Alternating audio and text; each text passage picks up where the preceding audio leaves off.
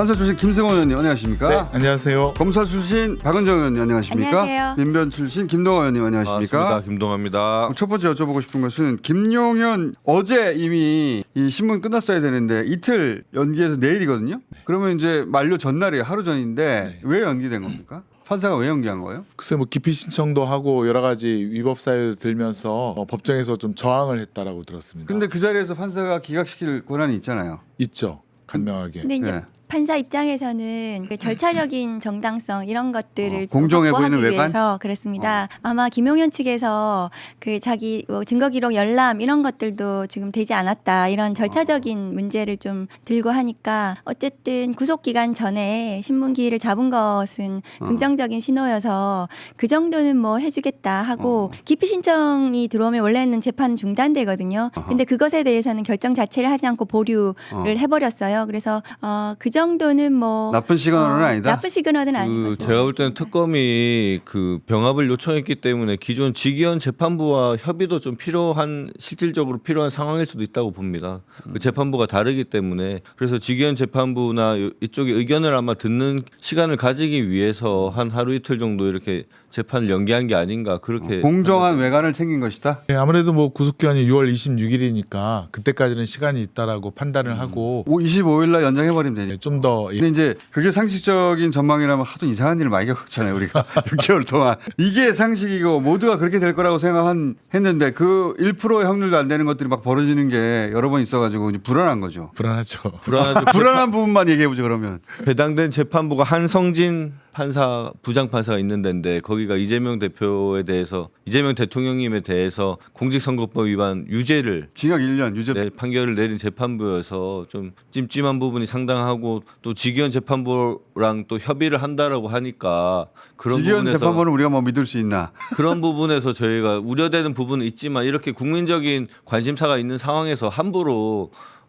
그렇게 막무가내 식으로 결정을 하지는 못할 거라고 봅니다. 정상적인 사회가 돌아왔으니 돌아오는 중이니 그런 일이 안 일어날 거다 기대하시는 거잖아요. 판사들도 또 그런 눈치를 안 볼 수가 없죠. 어떻게 생각하십니까? 지금 원래 이제 판사가 신문하고 바로 결정해도 되는데요. 안 나오면 또 불출석으로 처리해서 그러니까 안 나온 거잖아요. 말하자면. 해도 될 수 있을 것 같은데 직위원 재판부랑 상의한다고 하니까 걱정이 되는 게 직위원 재판부가 지금 한 달에 3번 하지 않습니까? 네. 일주일에 재판을 한 번씩 해서. 근데 7월 말 8월 초에 기일을 안 잡아놨어요. 아예? 아예. 휴가가 윤석열도 그렇고 김용현도 그렇고 어떻게 된 거예요? 그다음에 나머지 누구죠? 그 2명도 그렇고 이거를 보면 이게 뭐 똑같은 그 7월 말 8월 초가 원래 재판 휴정 기간 아닙니까? 예. 휴가 가겠다는 얘기잖아요. 7월 24일 마지막이고 그 다음 재판이 8월 11일이에요. 2주 동안 놀다 오겠다는 거예요. 노상원 재판도 안 잡혔고 다 안 잡혔어요? 지금 윤석열, 김용현 그다음에 그 나머지 여인이요? 2명 그렇게 다 잡아나갔고 야 만약에 그러면은 이것도 불구속으로 해놓고 이거 이대로 재판 진행하는 거 아니냐 그런 걱정이 사실은 되죠. 그런 거 기일은 진작에 잡는 거니까. 미리 다 잡아놓은 거 이 아니야? 양반 머릿속에서는 이 사람들 다 석방되고 나는 그래서 시끄러울 테니 휴가 갔다 올까 이런 거였나? 그런 거죠. 근데 이런 중요한 사건을 그 7월 말 8월 초 법정 연휴를 즐겨가면서 하는 재판은 없거든요. 재판부는 아니 박근혜 때만 하더라도 일주일에 네. 2번 3번 했거든요. 막. 일주일에 2.5일로 한 번씩 했으니까 그러니까. 2번 3번 했고 전두환 노태우 때도 제가 보니까 그것도 거의 뭐 6, 7개월 안에 다 끝냈더라고요. 워낙 중요한 재판이니까 이거를 아니, 대장동 재판도 일주일에 2번씩 했어요. 이재명 대통령도 일주일에 다른 재판까지 해서 3번이나 법정에 나간 선거법은 9일 만에 돌아왔잖아요. 그러니까 그렇게 파기환송이. 신속하게 재판을 하면서 윤석열에 대해서만 일주일에 한 번씩만 하고 그것도 7월 8월은 기일을 안 잡는다는 거 보면 이것은 엄청난 편의를 제공하고 있다. 특히나 이렇게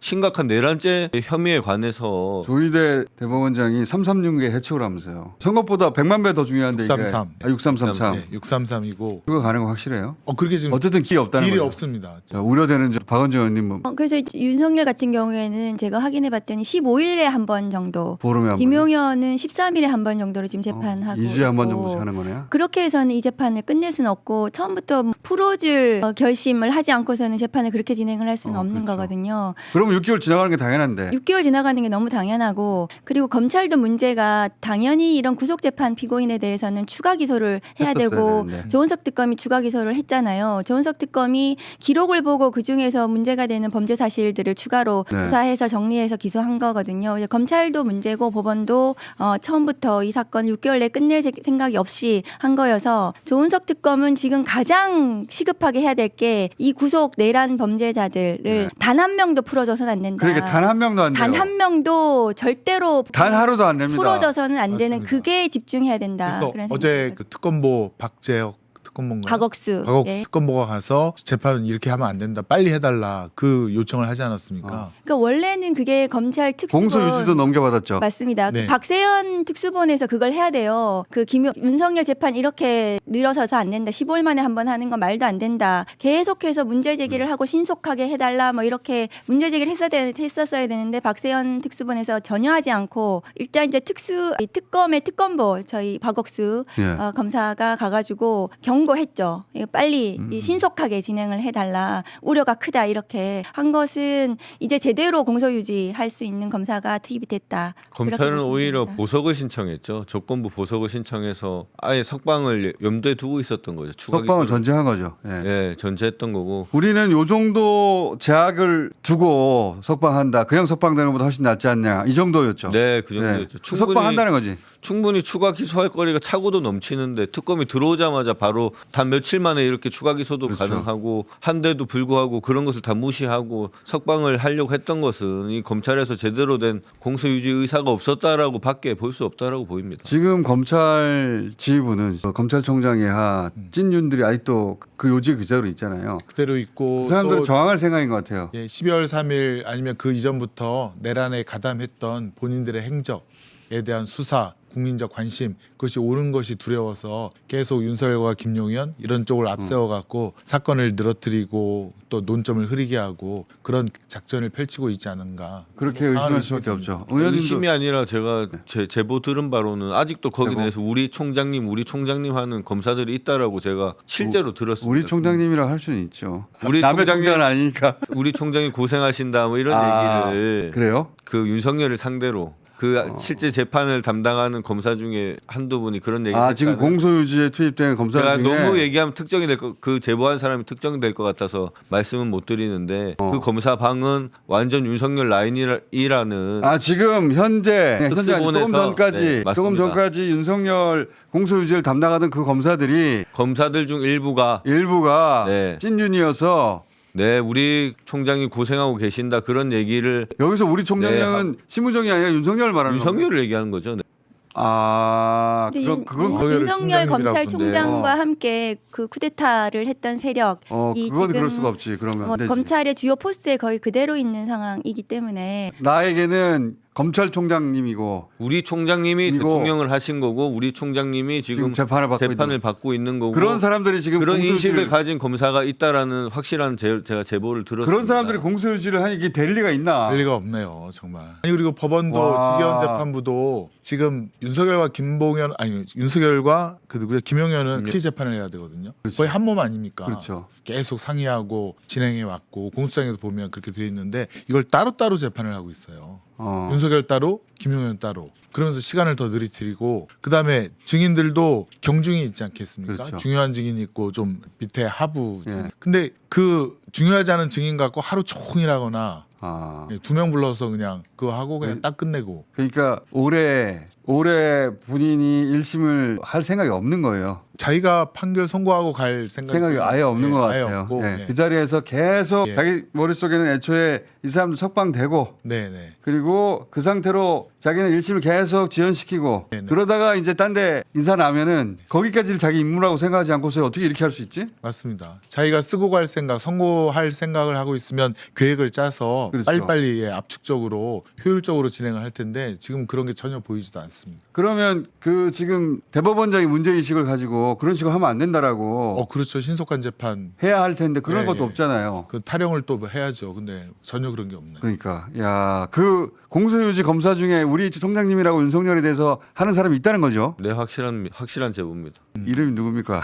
야, 이건 충격적이다. 네. 아직도 우리 총장님이라고 그러니까 맞은편에 앉아 있는 윤석열 보고 이쪽 검사가 우리 총장님 고생하신다고 생각한다고요? 네, 그런 말을 하고 이야. 다니는 검사가 있다라고 그- 확실한 제보를 받은 게 있습니다. 그런 얘기 들어보신 적 있어요? 의원님? 아니 그런 얘기는 저는 듣지는 않아도 너무나 예상 가능하죠. 그 와. 검찰 내부에 자기들을 추세시켜준 사람이잖아요. 윤석열 총장, 윤석열 대통령은 아주 충성스럽죠. 그래서 지금 문제가 뭐냐 하면은 그 심우정 검찰총장하고 이제 특수본 박세현의 특수본이 이 사건 윤석열에 대한 공소유지에 대한 의지가 없다, 제대로 없었다는 것이 확인이 된 상황이기 때문에 그 특검이 특검이 나온 거 넘겨받았고 자, 지금- 지난번에도 말씀드렸는데 조은석 특검은 직위원 재판부 기피 신청을 빨리 해야 된다. 할 것 그래서 같죠? 네, 그렇게 해야 될 거라고 생각합니다. 예. 자, 그럼 조은석 특검은 지금 그 구속기한 만료되는 주요 피의자들을 다시 추가 기소. 추가 기소해서 못 나가게 하고 그 다음에 저희가 여론조사 해보면 윤석열 재구속은 70%라면 김건희 구속은 75%예요. 더 많은 사람들이 이거 훨씬 더 그 김건희에 대해서는 수사가 제대로 안 됐어요. 검찰에서. 그래서 김건희에 대해서는 굉장히 많은 16개 범죄 사실이 지금 8개 8명한테 두 건씩 8명한테 맡겼던데. 두 건씩 맡겨가지고 서로 그 중에서 가장 급한 게 도이치모터스하고 명태균 게이트 이거는 검찰에서 수사가 거의 다 돼서 소환만을 앞두고 있었거든요. 이것으로 김건희 특검에서는 영장을 칠 것 같다. 더 네 꼭 그렇습니다. 명태균하고. 도이치 같은 경우에는 새로운 증거, 직접 증거도 나왔다는 거 아니에요. 그리고 명태균도 목소리 다 있잖아요. 네, 그다음에 1차, 2차 주포들이 진술을 바꿨다는 언론 보도도 봤습니다. 그래서 김건희에 대해서는 김건희 특검에서 가장 빨리 그 신병 그 조사를 할 건데, 근데 이제 16개 범죄 사실이기 때문에 김건희에 대해서는 저는 한 번 소환으로 끝날 게 아니라 그 모든 범죄 사실을 꼼꼼하게 여러 번 조사를 할 필요가 신병 있다. 처리부터 해놓고 나머지 그렇게 할 수도 있습니다. 네. 그러니까 네. 두 특검보 8분에게 두 사건씩 맡겼다니까 지금 경쟁 체제 아니에요. 그렇죠. 맞습니다. 말하자면 누가 먼저 구속하냐도 네. 좀 재밌는 관전 포인트가 될 수 있을 것 같습니다. 그 시점이 7월이면 도래할 것 같은데 그죠? 6월은 그렇습니다. 이번 주가 마지막이니까 6월은 지나갈 것 같고. 김건희 씨는 그 본인의 범죄 흔적을 그냥 많이 남겨놓고 다녔던 것 같아요. 최재형 목사님과의 카톡이라든가 또 명태균 씨의 카톡이라든가 그래서 사실 그쪽을 파면 그냥 범죄 증거들이 또 객관적인 증거들이 술술 나올 것 같고 우리 박원정 의원님께서도 말씀하셨지만 이미 수사된 그 사건 혐의만으로도 구속 사유는 차고도 넘친다. 도이치 같은 경우에는 지금 당장이라도 뭐 영장만 칠 수 바로 있죠. 그러면 시기를 보는 거네요 지금? 김건희 특검 같은 경우에는 이제 김건희의 신병 소환 조사 이걸 어떻게 할 것인가 그거가 가장 이제 관건일 텐데 저는 뭐 7월 중에 그냥 라도 신속하게 할 것 같다. 왜냐하면은 김건희 관련해서는 너무 사건이 방대하기 때문에 너무 많아요. 네, 그래서 뭐 그중 저걸 다 하고 나중에 그 조사를 하고 피의자 소환하고 그 신병을 한다는 것은 너무 오래 걸리는 일이거든요. 그래서 저 중에서 필요한 부분 가장 그다음 명품백 관련해서도 수사 거의 다 돼 있거든요. 그것은 알선수재에 해당하고 그 최재형 목사 아까 김성환님 말씀하셨다시피 이런 부분들은 중대한 범죄이기 때문에 영장이 가능할 것이다 생각합니다. 양평 고속도로 핀 거요. 그리고 김건희 특검에 약간 숨겨져 있는 한 가지 또 범죄가 네. 그 지난 대통령 선거에서 윤석열의 허위사실 공표도 포함되어 있습니다. 그 김건희가 그 구약을 다 외웠다는 근데 이 부분이 지금 뭐 조희대 대법원의 논리라면 빨리 수사를 진행해서 633 지금 원칙으로 진행되어야 되기 때문에 또 이게 우리는 웃는데 공소시효가 구약 다 외웠다 이런 거. 그 정도는 뭐 기억해 받을 수 있다고 우리는 웃는데 만약에 그 이재명 대통령이 그런 말을 했잖아요. 그거 수사하고 있을 거예요. 지금. 구약 외워보라고 앞에 당연하고 나와가지고. 있죠. 그 논리라면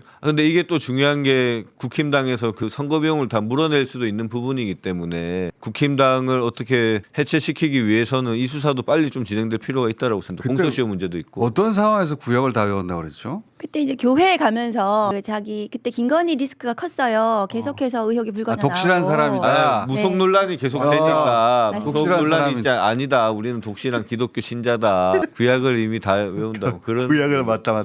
입만 얇아가지 말이야. 그런 것도 수사하려면 수사할 수 있다는 거네요. 그게 들어가 있습니다. 저 특검 대상 범죄 16개뿐만 아니라 지금 뭐 신미르재단 관련된 그 돈 받은 거 기업과 공공의학과 공공원 받은 거. 요새는 또 평택항 그 자유무역지대 그게 거기서 무슨 일이 있었나 예, 보요. 혹시 향정신성 약품에 네. 그런 건가 하는 수가 의혹도 있지 않는가 있다고. 그 제보도 지금 계속 들어오고 있고요. 정말 수사할 게 많은 것 같습니다. 그러니까 그런 제보 그런 것들에 대해서 김건희 특검에서 저도 이게 건너서 얘기를 들으면 굉장히 망라적으로 다 조사를 하겠다 의지를 가지고 있는 다 해버리겠다 거더라고요. 조사를. 네. 그러니까 사실이 아닌 것도 분명히 있을 테니까 네네네. 사실 억울함을 풀어줘야죠 그런 거.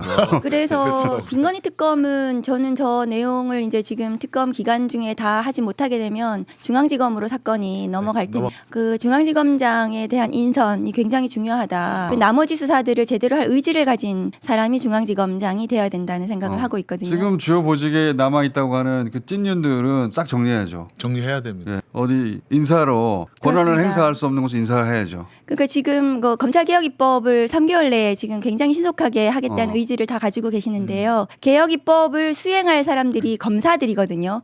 그래서 그 지금 친윤 검찰을 정치 검찰을 해체하고 중요한 자리에 이 개혁 입법을 수행할 검사, 개혁적인 검사들을 검사 인사로 해야 된다. 그것을 수행할 검사 인사를 제대로 할 곳이 민정수석실이거든요. 그래서 민정수석이 정치 검찰을 해체하는 중대한 역할을 제대로 할 분이 검찰 개혁을 상징할 수 있는 분이 그 일을 수행하셨으면 좋겠다. 그리고 법무부 장관도 잘 알고. 법무부 장관도 예, 마찬가지입니다. 중요하죠. 그렇습니다. 협력해가지고 인사정부터 하고 네. 그다음에 개혁에 들어가서 1년이 아니라 최단 시간 내에 해야 될 것 같아요. 네네. 지금 검사분들이 지금 자꾸 칼잡이라는 인식을 버리고 검사는 인권 보호 기관이거든요. 원래는. 예, 경찰이 수사한 거에 있어서 혹시 인권 침해 요소가 있는지 또 억울한 사람의 눈물을 닦아주고 억울한 사람의 피해를 뭐 예컨대 범죄 수익을 환수해서 피해자에게 돌려주고 이런 역할이 사실 국민이 기대하는 근데 검찰의 지금 가장 모습인데 인권을 파괴하는 기관 아닙니까? 예, 지금 칼 갖고 지금 예, 정치적인 수사뿐만 아니라 역사의 물꼬를 바꾸려고 하지 않습니까? 어제 그 윤석열 재판에 저는 이제 개인적으로